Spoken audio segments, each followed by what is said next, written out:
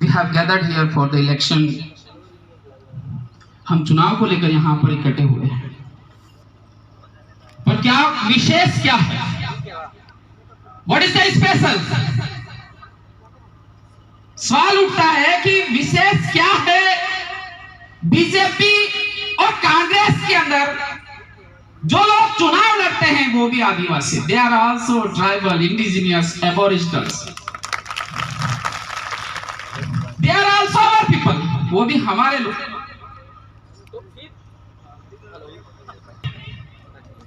इस भारत आदिवासी पार्टी की जरूरत क्यों पड़ी? Where is the need? Bharat Adivasi party मैं इन दो चीजों को दो घटनाओं से समझाऊंगा। आप उसको समझने का प्रयास करना। अगर आपको समझ में आ गया तो मतलब आज की जनसभा है हमारी सफल रहेगी। आपको समझ में आ जाएगा कि why should we vote to the Bharat Adivasi party. तो पहली घटना जो अभी की घटना, ताजा घटना है, उसके बारे में हम बात करते हैं। 9 अगस्त वैसा पूरे विश्व के अंदर मनाया गया, अलग अलग देशों के अंदर मनाया गया, और हमारे पूरे देश के अंदर विश्व आदिवासी दिवस को बहुत ही उत्साह और जोश के साथ मनाया गया। और हमारे दक्षिण राजस्थान के वीरों की भूमि, शहीदों की भूमि, पुरखों की भूमि मानगढ़ के अंदर पहली बार जो सबसे पुरानी पार्टी कही जाती है, उन्होंने भी मानगढ़ पर विश्व आदिवासी दिवस मनाया। याद है ना? पहली बार। और क्यों? ये युवाओं ने जन जागरण किया, ढाणी ढाणी गए, समझाया what is the special rights, what is the 5th schedule and what you are, तुम्हारी पहचान क्या। ये बात युवा गांव गांव तक गए, सभाएं की, जगह जगह सभाएं की, और उसके बदौलत वो हिल गए और आदिवासियों को वोट बैंक समझकर वो मानगढ़ आए। 9 अगस्त विश्व आदिवासी दिवस, आदिवासियों का दिन, आदिवासियों के संघर्ष के बदौलत मिला है। उस दिन क्या हुआ? उस दिन ये राजस्थान का पूर्व मुख्यमंत्री अशोक गहलोत आदिवासियों के मंच पर, आदिवासियों के बीच में, आदिवासियों के दिन ओबीसी आरक्षण की घोषणा करता है। मैं किसी जाति वर्ग के संवैधानिक अधिकारों का विरोधी नहीं हूं। I believe in the constitution. मैं भारत के संविधान में विश्वास करता हूं। घोषणा कर दी।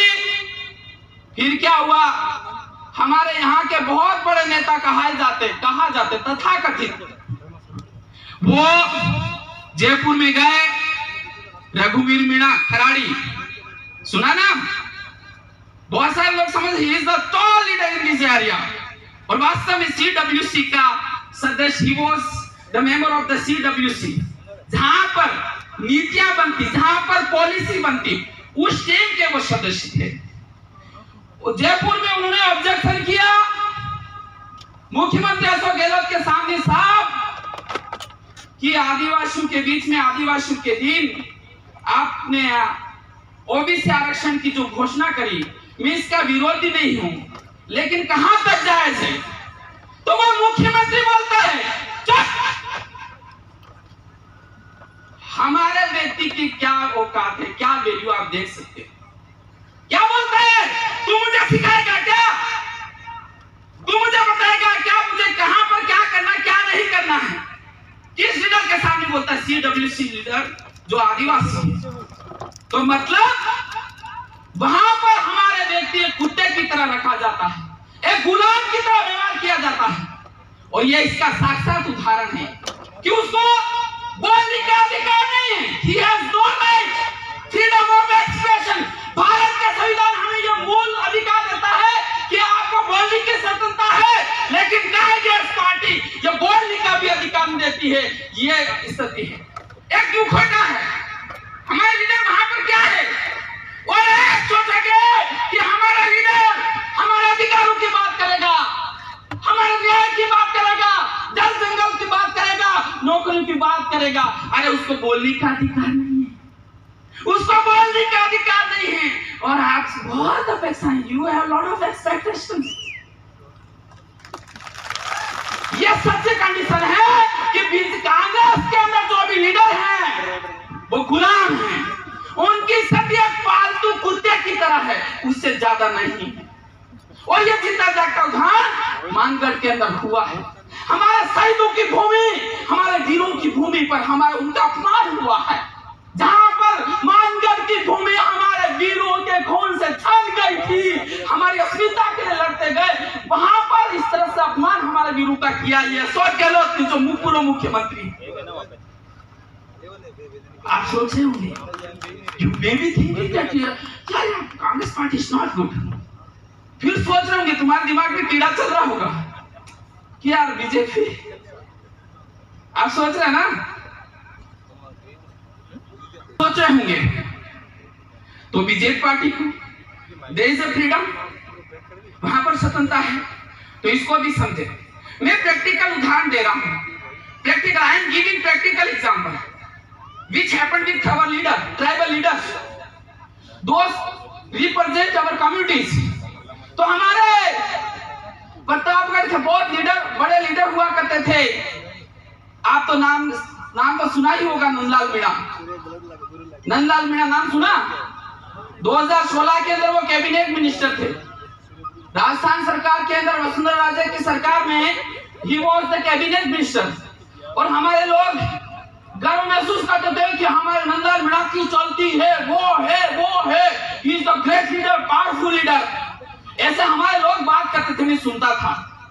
तो भील प्रदेश विद्यार्थी मोर्चा का आंदोलन चला, और आंदोलन चला तो 2016 के अंदर डूंगरपुर के सबसे बड़े महाविद्यालय में चुनाव हुए, और चुनाव में भील प्रदेश विद्यार्थी मोर्चा के बैनर तले उमेश डामोर विजय हुए, और भारी मतों से विजय हुए। तो विजय हुए तो उस समय हमारे कोई विधायक एमएलए तो थे नहीं, सांसद थे नहीं, तो टीम ने तय किया कि यार हमारा बड़े लीडर को बुलाएं, इस मौके पर छात्र संघ शपथ ग्रहण समारोह आयोजित किया जाए, शपथ दिलाई जाए, और बीजेपी के बड़े लीडर को बुलाएं। तो उन्होंने किसको बुलाया? नंदलाल मीणा को बुलाया। किसको बुलाया?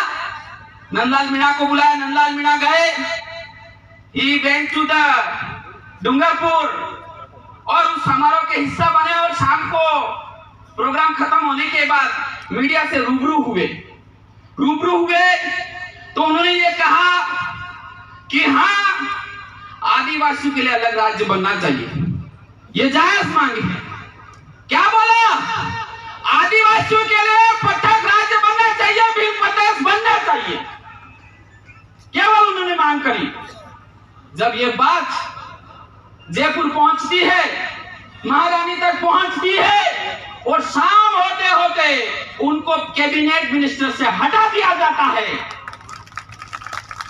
और सीडब्ल्यूसी जो कांग्रेस वर्किंग कमेटी के जो मेंबर बने हुए, आप सोचते तो कि यार हमारे रघुवीर मीणा बहुत बड़े लीडर हैं, और उसको जैसे थोड़ा सा बोला और उसको वहां से हटा दिया। हटाया कि नहीं हटाया? अब बताइए, क्या वह हमारी स्वतंत्रता है? क्या हम गुलाम हैं? क्या हम इस देश के मालिक हैं? ये देश हमारा। कौन लोग होते हैं इतने लोगों का अपमान करता है, जो लाखों वोटों से जीत के जाता है और उनका अपमान करता है, बोलने का अधिकार नहीं। We have no freedom in this both party. और आप सोचो कि हमें ये लोग अधिकार देंगे, ये लोग हमें नौकरियां देंगे, इनकी क्या औकात है जो हमको नौकरियां देंगे? हमारे बाप दादाओं ने प्राण त्याग दिए हजारों की संख्या में। शेड्यूल डिस्ट्रिक्ट एक्ट की बात करें, 1874 के अंदर शेड्यूल डिस्ट्रिक्ट एक्ट केम अंदर एग्जिस्टेंस। 5वीं अनुसूची कहते हैं, संथाल विद्रोह कहते हैं जिसको। इस विद्रोह के पीछे हमारा 35,000 लोग आदिवासी मारे गए, और आखिरकार विश्व की सबसे बड़ी शक्ति है, उन्होंने घुटने टेक दिया आदिवासियों के सामने। हम वो लोग हैं, उसका खून है हमारे अंदर। हमने अंग्रेजों के सामने हार नहीं मानी, हथियार नहीं डाले। उस उस वंश के लोग हैं हम लोग। और आज हम छोटी छोटी चीजों के लिए हम सरेंडर कर रहे हैं, तो ये निश्चित रूप से हमारे पुरखों का अपमान है, हमारे पुरखों का बेइज्जती है। तो मैं ये कहता, I will not speak much because I got the message. There is a problem of the time, please I can't speak much. तो मैं आपको ये कहना चाहूंगा, यहां पर व्यक्ति चुनाव नहीं लड़ रहा है, यहां पर व्यक्ति चुनाव नहीं लड़ रहा है, विनोद प्रसाद चुनाव नहीं लड़ रहे, यह विचारधारा चुनाव लड़ रही है। और वो विचारधारा जिसकी दिल्ली तक की कुर्सियां हिल गई है, वो विचारधारा है। और वही चलाने वाले वही बुद्धिजीवी लोग हैं जो आपको न तो दिख रहे हैं, जो आपको नहीं दिख रहे हैं, लेकिन आपको इकट्ठा करने में वो बहुत बहुत बड़ा हाथ है, मतलब वही सब कुछ है, वो विचारधारा है। और विचारधारा अच्छी की कुर्सी छीन लेती है। तो आप इसके पीछे बहुत सारे लोग हैं, there are lot of people and they are very talented and intellectual people, they are handling everything. तो आप समझ जाइए, यहाँ व्यक्ति नहीं, क्या है? विचारधारा है। क्या है? विचारधारा है। तो मैं लास्ट में महाराज जी महाराज, ज्यादा नहीं बोलूंगा, महाराज जी महाराज की भविष्यवाणी क्यों बोलकर मैं मेरी वाणी को विराम दूंगा। महाराज जी महाराज का नाम सुना? कहाँ थे, कहाँ पैदा हुए थे, इनका अवतार कहाँ हुआ था? बैंड का नाम सुना? बैंडेश्वर। अभी बैंडेश्वर में बैंड का ओरिजिनल नहीं, बैंड का। तो आज से 300 साल पहले उनका अवतार हुआ था। तो उन्होंने सोपड़े लिखे, 5 सोपड़े, आज से 300 साल पहले 5 सोपड़े यानी 5 किताबें लिखी, जो आज भी है। बेंडका के अंदर है, आजपुर के अंदर है, एक गुजरात के अंदर है, आज भी आप देख सकते हो। उन्होंने भविष्यवाणी करी थी आदिवासी समुदाय के बारे में, आदिवासी के भविष्य के बारे में उन्होंने भविष्यवाणी करी थी। उन भविष्यवाणी को सुनना। उन्होंने भविष्यवाणी करी थी महाराज जी महाराज ने कि वायरे वायरे बात थाएगा, वायरे वायरे आजकल फोनती बात थाए ने, तो भविष्यवाणी सही थाई। तो पहला जनी टाइम में महाराज जी महाराज ये बात करते थे, लोग बड़ा हो इनके तक गांडू, उनके तक गांडू था महाराज जी थे, क्योंकि किसी की समझ नहीं थी, इतना आगे सोच भी नहीं सकता था। तो लोग उसको क्या कहते थे? महाराज जी थे गांडू था, ये तुम्हारे गांडू में उसके थे। हाँ, तो उन्होंने दूसरी भविष्यवाणी की थी कि बलदा में पार उतरेगा, बलद है, बलद का क्या उतरेगा? भार। ट्रैक्टर आ गए, नहीं आ गए, पड़ियाई पानी बेचेगा, मतलब बोतल बंद पानी बेचेगा। एक बड़ा जुग में तुम्हारा वारो आएगा, सो तो जुग और शैली बारी, सो तो जुग शैली बारी थारो राज नो टाइम आएगा हमारे से, ये तो पीढ़ी ठोकर खातो भरेगा। और वो समय आ गया है। 3-4 भविष्यवाणी पूरी हुई कि नहीं हुई ना? और चौथी भी हो चुकी है। अब तो दिल्ली तक पहुंचना है। जयपुर में तो जयपुर विधानसभा में तो पहुंच चुके हैं, पर इस बार 17 में से 17 भेजने हैं। और जिन लोगों के अधिकार नहीं है, जिनको संवैधानिक अधिकार नहीं है, लेकिन सत्ता का पावर है, पॉलिटिक्स पावर है, तो बिना गैर संवैधानिक तरीके से 10% आरक्षण उन्होंने हासिल कर लिया। आप you understand the power of the politics, you understand, you are educated and youth, then understand the power of the politics। राजनीति की शक्ति को समझें। आपको पता है EWS को कितना % आरक्षण दिया गया है? 10% दिया गया ना?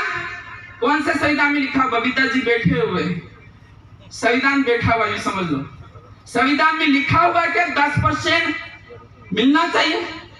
पर उन्होंने बिना कोई आंदोलन, बिना कोई धरना, बिना कहीं किसी ज्ञापन दिए उन्होंने 10% आरक्षण उन्होंने ले लिया। जिनका अधिकार नहीं है, जिनको संवैधानिक अधिकार नहीं, राइट्स नहीं है, उन लोगों ने केवल राजनीतिक सत्ता के बलबूते पे आरक्षण ले लिया है। मैं ये कह रहा हूं, आप 17 में से 17 सीट निकाल के दो, हम कलम चलाएंगे आपको अधिकारों के लिए। कलम, पहली कलम आदिवासी समुदाय के लिए चलेगी। दूसरी कलम जो लोग हमारे साथ इस मूवमेंट में साथ हैं उन वर्गों के लिए चलेगी जो हमारे साथ खड़े हैं, बाकी नहीं चलेगी। जय जोहार, जय जोहार का नारा है, जय जोहार का नारा है। अरे युवा बैठे क्यों हो, क्रांति तुम्हारे हाथ में। युवा का उल्टा क्या होता है? युवा नु उल्टो થાય વાયુ ને વાયુ ના આપણી ભાષામાં કે બાયલો ને બાયલો સાલે જી કેલુડા ઉડે, કેલુડા પર ટાપડા ઉડી જાય, કમલ कांग्रेस ने उड़ी जाए। जय जोहार, थैंक यू वेरी मच। धन्यवाद, तालियों से जोरदार